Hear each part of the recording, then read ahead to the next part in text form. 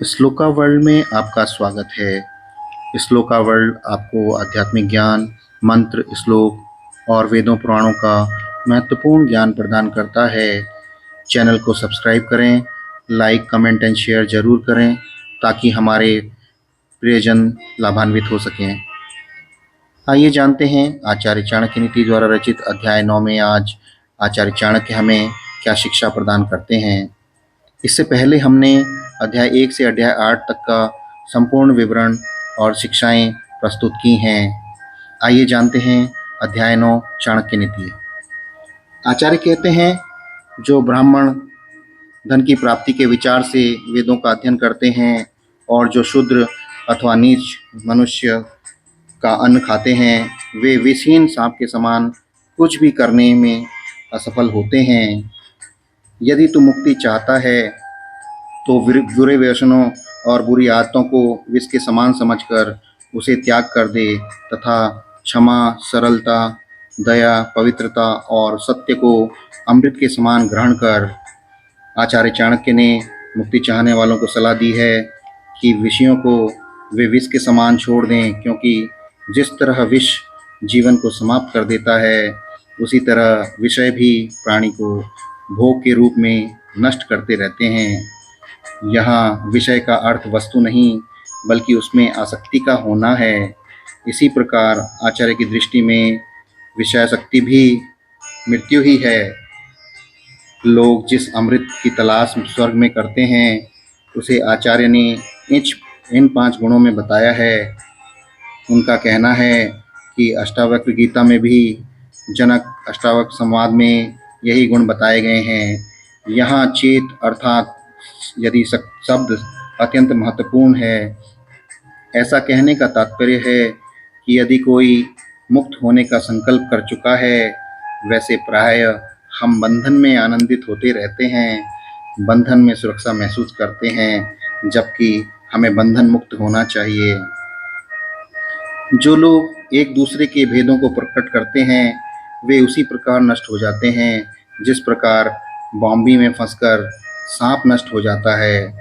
अपमानित करने के विचार से अपने मित्रों के रहस्यों को प्रकट करने वाले उसी प्रकार नष्ट हो जाते हैं जिस प्रकार बॉम्बी में घुसा हुआ सांप बाहर निकल नहीं पाता और बॉम्बी के अंदर ही दम घुटकर मर जाता है।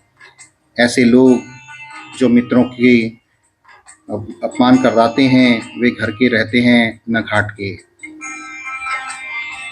ब्रह्मा ने सोने में सुगंध और एक के पौधों में के फल में उत्पन्न नहीं किए और निश्चय ही चंदन के वृक्ष में फूल भी पैदा नहीं होते।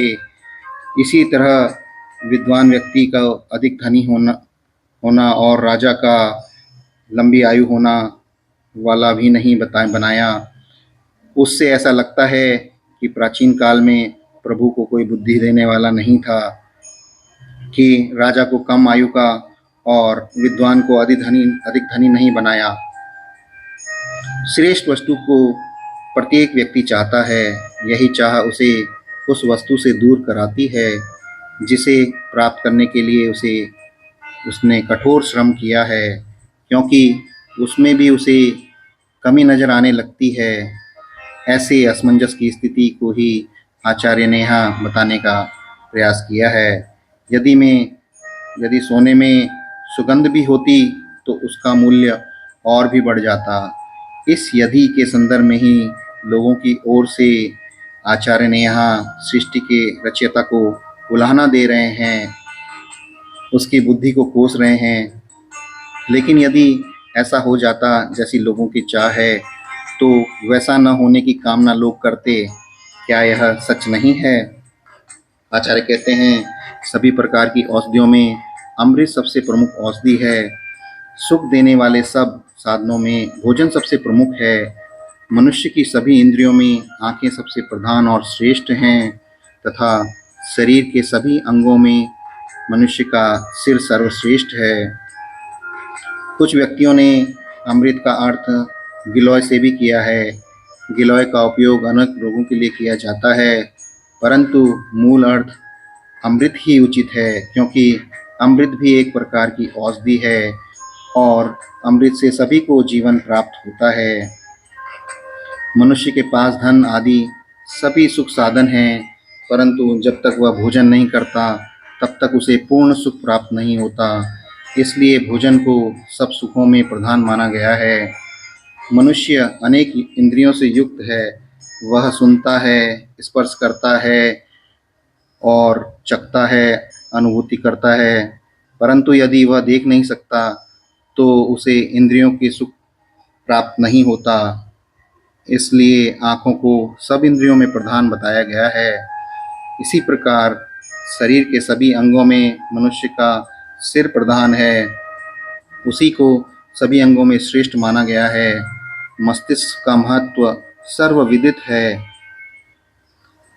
आकाश में किसी दूत का जाना संभव नहीं और वहाँ किसी से किसी प्रकार की बातचीत भी नहीं हो सकती। परंतु श्रेष्ठ विद्वान ब्राह्मण और विद्वान ने आकाश में सूर्य और चंद्रमा के ग्रहण की बात बताई है। उसे विद्वान क्यों न माना जाए। विद्यार्थी, सेवक, मार्ग में चलने वाला पथिक, यात्री, भूख से पीड़ित, डरा हुआ व्यक्ति और भंडार की रक्षा करने वाला द्वारपाल यदि अपने कार्यकाल में सो रहे हों तो उन्हें जगा देना चाहिए। यदि विद्यार्थी सोता रहेगा तो विद्या का अभ्यास कैसे करेगा। मालिक यदि सेवक को सोता देख लेगा तो उसे नौकरी से पृथक कर देगा। यदि यात्री रास्ते में सो जाएगा तो उसकी चोरी हो जाएगी अथवा उसकी हत्या भी कर दी जाएगी। स्वप्न में यदि कोई प्यास या भूख से व्याकुल है तो उसे जगाना ही उसकी समस्या का समाधान है। यही बात सब स्वप्न में डरे हुए व्यक्ति पर भी लागू होती है। भंडार में रक्षक द्वारपाल जो सो रहे हैं उन्हें भी जगा देना ठीक रहता है, क्योंकि इससे सोने से इनके अनेक लोगों की हानि होती है। आचार्य कहते हैं कि उन आदेशों को जोड़कर देखना चाहिए जिनमें यह कहा गया है कि सोते हुए व्यक्ति को उठाना नहीं चाहिए। निद्रा शारीरिक और मानसिक विश्राम की वह अवस्था है जो प्राणी को संतुलन की समुचित व्यवस्था देती है। इसी में कहते हुए पशु और वृक्षों को सोते हुए न जगाने और रात्रि के समय स्पर्श न करने का निर्देश दिया है, क्योंकि हमें पशु और वृक्षों को सोते हुए से नहीं जगाना चाहिए। आचार्य कहते हैं सांप, राजा, बाघ, सूअर, बालक, दूसरे के कुत्ते और मूर्ख व्यक्ति को सोते से जगाना नहीं चाहिए। यदि सोए हुए सांप को जगाएंगे तो वह काट खाएगा। इसी प्रकार अगर सोए हुए राजा को जगाने पर वह क्रोधित होकर हत्या का आदेश दे सकता है। बाघ आदि हिंसक पशुओं को जगाने का क्या परिणाम हो सकता है, यह सब जानते हैं। सोते हुए बालक को जगाएंगे तो वह भी मुसीबत खड़ी कर सकता है।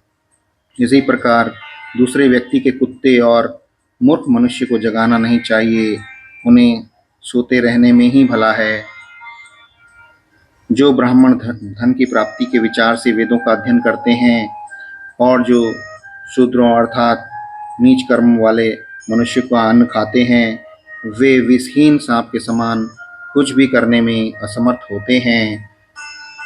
जो ब्राह्मण वेदों का अध्ययन कर उससे धन कमाते हैं अर्थात उस ज्ञान से पैसा कमाते हैं, वे ब्राह्मण भी अपना पेट भरने के लिए शूद्रों के अधीन रहते हैं अर्थात नीच कर्म वाले लोगों का अन्न खाते हैं।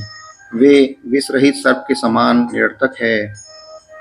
तेजहीन हो जाने के कारण ऐसे विद्वान को संसार में किसी प्रकार का यश और सम्मान प्राप्त नहीं होता।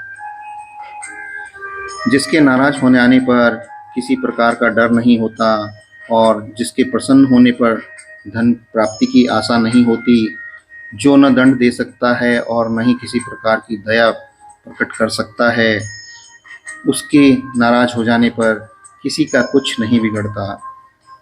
विषहीन सांप को भी अपना फन फैलाना चाहिए। उसमें विष है या नहीं, इस बात को कोई नहीं जानता। हाँ, उसके इस आडंबर से अथवा दिखावे से लोग भयभीत अवश्य होते हैं, अर्थात बिना विष के सर्प को भी अपना फन फैलाना चाहिए और हुंकार भरते रहना चाहिए। मूर्ख लोग अपना प्रातःकाल का समय जुआ खेलने में, दोपहर का समय स्त्री प्रसंग में और रात्रि का समय चोरी आदि में व्यर्थ करते हैं। आचार्य चाणक्य द्वारा मूर्ख और व्यर्थ शब्द का यहाँ बहुत महत्वपूर्ण है। मूर्खों के बारे में कहकर आचार्य ने संकेत किया है कि विद्वान अपना समय सत्कार्यों में व्यतीत करते हैं और हर समय सत्कर्म में लगे रहते हैं। अपने ही हाथ से गुथी हुई माला, अपने हाथ से घिसा हुआ चंदन और अपने हाथ से लिखी हुई भगवान की स्तुति करने में से मनुष्य इंद्र की धन संपत्ति को भी अपने वश में कर सकता है। आचार्य का भाव है कि धनवान व्यक्ति को भगवान की स्तुति करने के लिए किए जाने वाले उपायों को स्वयं और अपने हाथों से करना चाहिए। दूसरों से करवाने से कोई लाभ नहीं, अर्थात भगवान की स्तुति के लिए सभी कर्म स्वयं करने चाहिए। एक तिल, मूर्ख, छोटे आदमी, स्त्री, सोना, भूमि, चंदन और दही तथा पान, इन्हें जितना मला जाएगा उतने ही इनके गुण बढ़ेंगे। अर्थात एक तिल आदि को जितना अधिक दबाकर उनसे अधिक तेल निकालेंगे, रस निकलेगा। सोने को जितना तपाया अथवा शुद्ध किया जाएगा उसमें चमक और निखार आएगा। भूमि में जितना अधिक हल चलाया जाएगा उतने ही अधिक अन्न की उत्पत्ति होगी।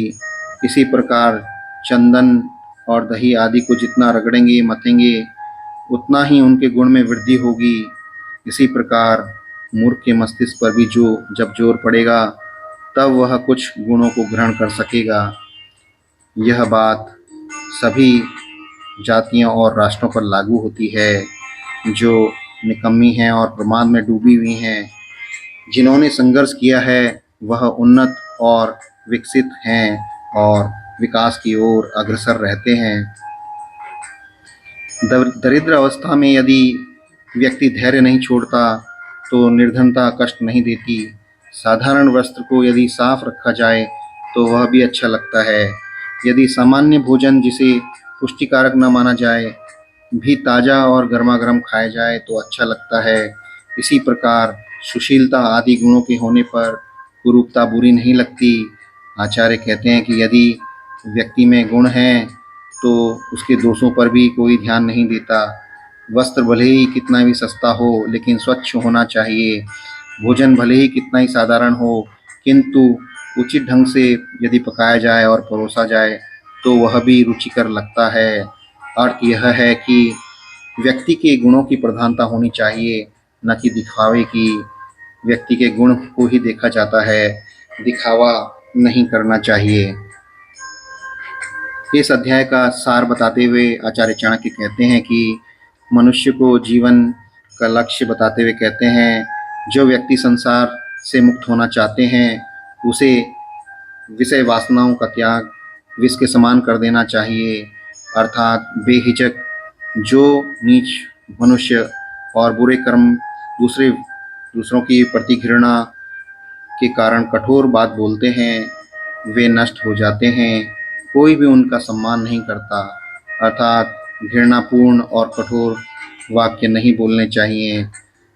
आचार्य चाणक्य संसार की विचित्र धारणा को व्यक्त करते हुए बताते हैं कि सोने में सुगंध नहीं होती, एक पर फल नहीं लगता, चंदन के वृक्ष पर फूल नहीं लगते, विद्वान व्यक्ति के पास धन नहीं होता और राजा को प्राय अधिक आयु नहीं मिलती। ये सब बातें देखकर ऐसा लगता है कि परमेश्वर ने यह काम करते हुए बुद्धि का सहारा नहीं लिया। अर्थात भूल तो किसी से भी हो सकती है। काश परमात्मा ने ऐसा किया होता, परंतु प्रभु की लीला तो अपरंपार है। आचार्य कहते हैं कि अमृत के समान सबसे अधिक उत्तम औषधि होती है अमृत, क्योंकि इससे मृत्यु और रोग से मुक्ति मिल जाती है। सबसे बड़ा सुख भोजन की प्राप्ति है। ज्ञानेंद्रियों में सबसे उत्तम आँख है और शरीर के अंगों में सबसे श्रेष्ठ मनुष्य का सिर है। ब्राह्मण की विद्वता विद्वान आचार्य चाणक्य का कथन है कि आकाश में कोई गया नहीं, सूर्य चंद्रमा तक कोई पहुंचा नहीं, परंतु जिस विद्वान ने उसकी गति उनके ग्रहण से संबंधित ज्ञान दिया है वह और भविष्यवाणी की है, उसे विद्वान मानने में संकोच नहीं करना चाहिए।